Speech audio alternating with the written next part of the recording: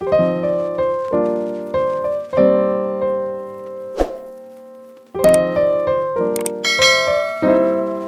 this is James from My Take on Reality. In this episode, we're going to be talking about 90 Day Fiance Before the 90 Days Season 5 star Mike.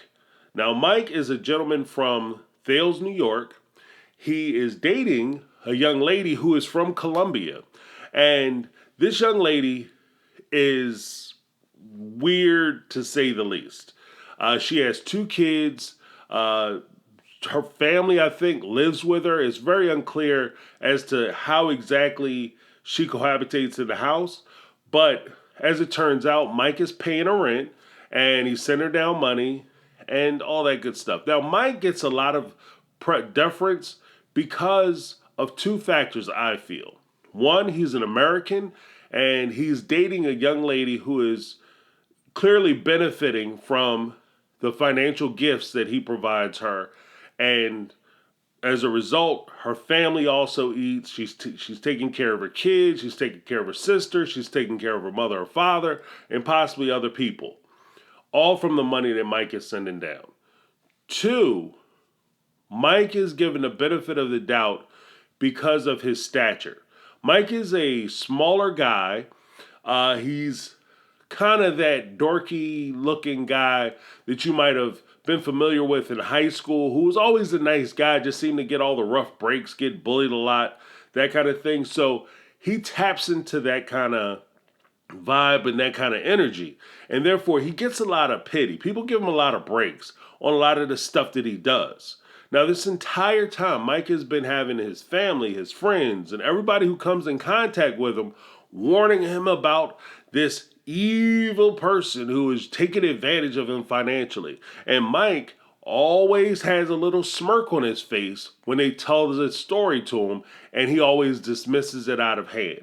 I think it's because Mike knows what's going on. He fully understands that this girl is only with him because of the money. And that is his power. So it's kind of like if somebody was talking to Clark Kent, and he say, yeah, Clark, it's kind of funny. You just were in that burning building and nothing happened to you. And he gives like the audience a quick, wink of the eye and a smile. That's because everybody understands that he's Superman. That's actually part of his superpower, that he could be standing in a burning building and nothing's going to happen to him. Mike understands that part of his superpower is the fact that he's sending money down to her and she's so reliant on him and her family is so reliant on him. So he understands that and he takes advantage of it. Now, there's a couple things that just overall watching this season that I always try to reinforce to my daughter. This actually is part of the reason why I started watching some of these reality shows, was as a way for me to talk to my daughter about different life lessons and provide some entertainment. And that's actually how I started the channel. But the first thing that I always try to tell my daughter, like just in straight up conversations, never settle for less, whether it's with career, dating, or whatever you're doing. Because when you settle for less and you settle for, you always get less than you settled for. So if you're with a guy and he doesn't really make you happy, but logically and reasonably, he's a guy that you should probably try to date because everybody else is telling you that, you're settling for that. And then when you settle for that, eventually you might hit a point where, yeah, he's providing financial assistance to you, but you put on 20 pounds or 40 or 50 pounds. Now all of a sudden he's not interested in providing you that stuff. He's not interested in giving you that money because, you're not what I'm paying for. Also, if you're with a guy and he's not making you happy, or a girl and she's not making you happy, and you say, well, I can't do no better, then you never will. You never will. 2, men value you as much as you value yourself. And this is just the ugly truth about men. We respect you as much as you respect yourself, and we will value you as much as you value yourself. If you're willing to degrade yourself and sell yourself for money, we are willing to pay. And that's unfortunate. It just as a man, I'm just being honest. That's how a lot of guys view this kind of thing. So if you're a young lady and, for example, you're a young lady and you're okay with going out with a guy and him not really taking you out, and say he stops by your house, some will get this reference, some won't. He stops by your house and he has half a Subway sandwich, right? Now, Subway sandwiches cost $5. He comes by with a half-eaten Subway sandwich, he gives it to you, and you let him hit anyway. Not only does he realize that doesn't have to put much effort into the relationship and he gets what he wants, but any guy after that who is aware of what this guy used to do is only coming by with half a Subway sandwich. Unless, of course, he feels as though he's insecure enough that he might have to go that extra mile and actually bring you a bag of chips too. So don't put yourself in a situation where you don't value yourself, but you expect this man to come along and value you more than what you value yourself for. Another example would be if you walk into a store and somebody says, hey, I can offer these goods and services for this set amount. And all of a sudden, would you say, you know what? Those goods or those services, that diamond necklace, yeah, I know you want $1,000 for it, but this is a $10,000 necklace. And I refuse to give you a penny less than $10,000 for this necklace that you're trying to give away for $1,000. Nobody is doing that. Everybody takes the deal. Everybody takes the deal. The other thing that bothered me about Mike is this whole concept of the fake nice guy.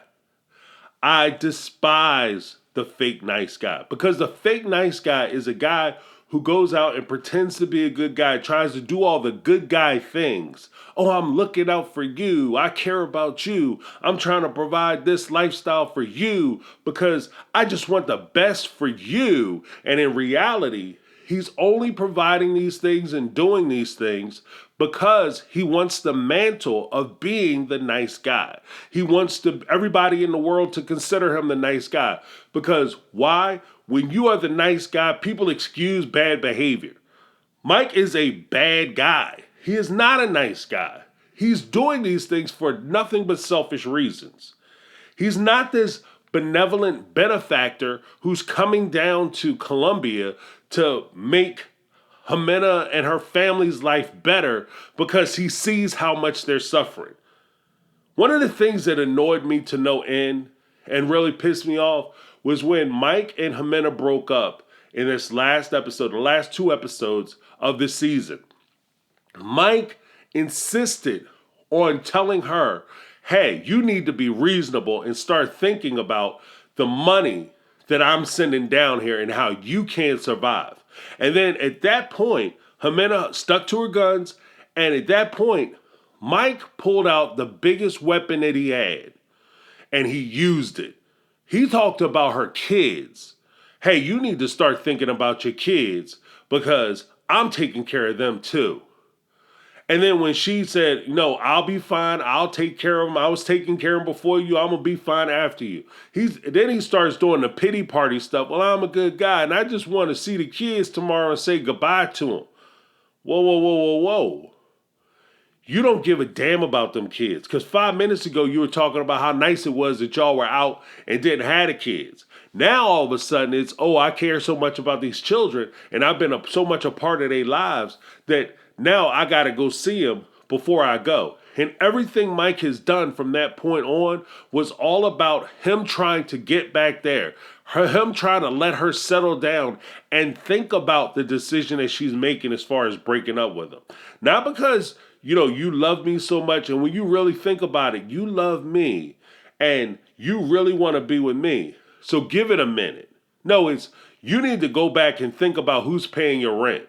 And if you like staying in that apartment that I'm paying for. Do you want your kids to be taken care of? Hey, if you come to America, then your kids have a better opportunity. All these pressure points are in no way an indication that this man actually cares anything about you. He cares for you like you would care about any asset. If you have a house, you have a car, you care about your car. But you don't love your car. You love your car up until the point that it serves its purpose. She serves a sexual purpose for him. And he doesn't mind using that dollar to try to control her. And this is where I want to go ahead and just wrap it up.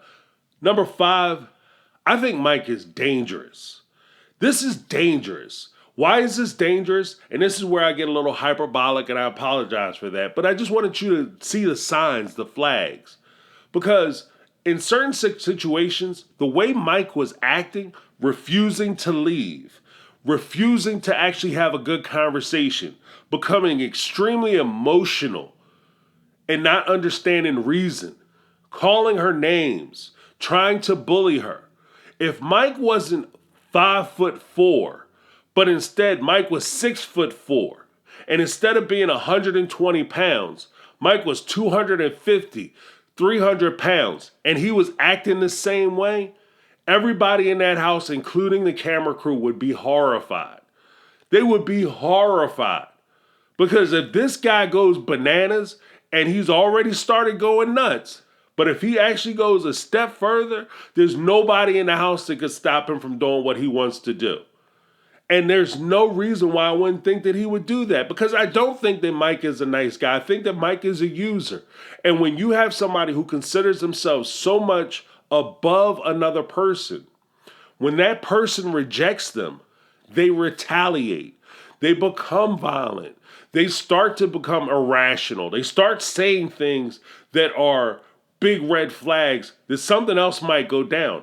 I don't blame Ximena at all. I actually give her credit because, one, she started saying, look, I don't want to be with you anymore. I don't want you to pay for nothing else. That's it. She started taking some of her power back. And then Mike turns around and starts trying to put pressure on her. She resists that pressure. Then when Mike started to act like he was out of control, she turned around and said, you know what? I want you out of here. I don't want you in my house anymore. I don't want you around my kids. Well, can I come back tomorrow and say bye to the kids? The way you're acting tonight? Hell no. You can't say bye to my kids. The kids, and what made it even crazier, the kids were right there. One of the kids was awake. Mike ran past the kid, didn't say nothing to him. He's so worried about the kids, but the kids are there. It's not like the kids were off at somebody else's house and he didn't see them. The kids were in the house. So if he really wanted to say goodbye to the kids, he could have taken 5 minutes and said his goodbyes to the kids. Mike is a fake nice guy. Much worse than a fake nice guy, in my opinion, Mike is a menace. Now that's my take on this reality. Ladies and gentlemen, if you agree, disagree, or if you just want to leave a comment and weigh in on the situation, please put the comments down below. Don't forget to like, share, subscribe to the videos, and I'll see you in the next one. This is James, my take on reality, and I'm out. 'Cause I've been living life right like I could just die any minute. Going for a ride down the side.